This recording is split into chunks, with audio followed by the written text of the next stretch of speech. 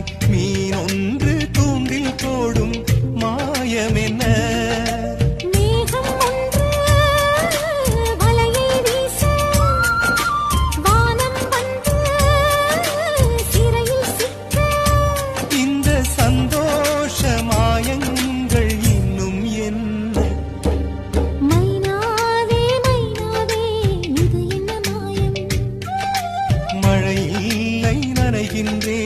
இது என்ன மாயம்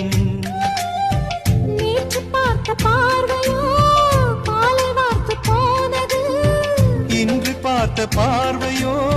மாலை மாற்றி போனது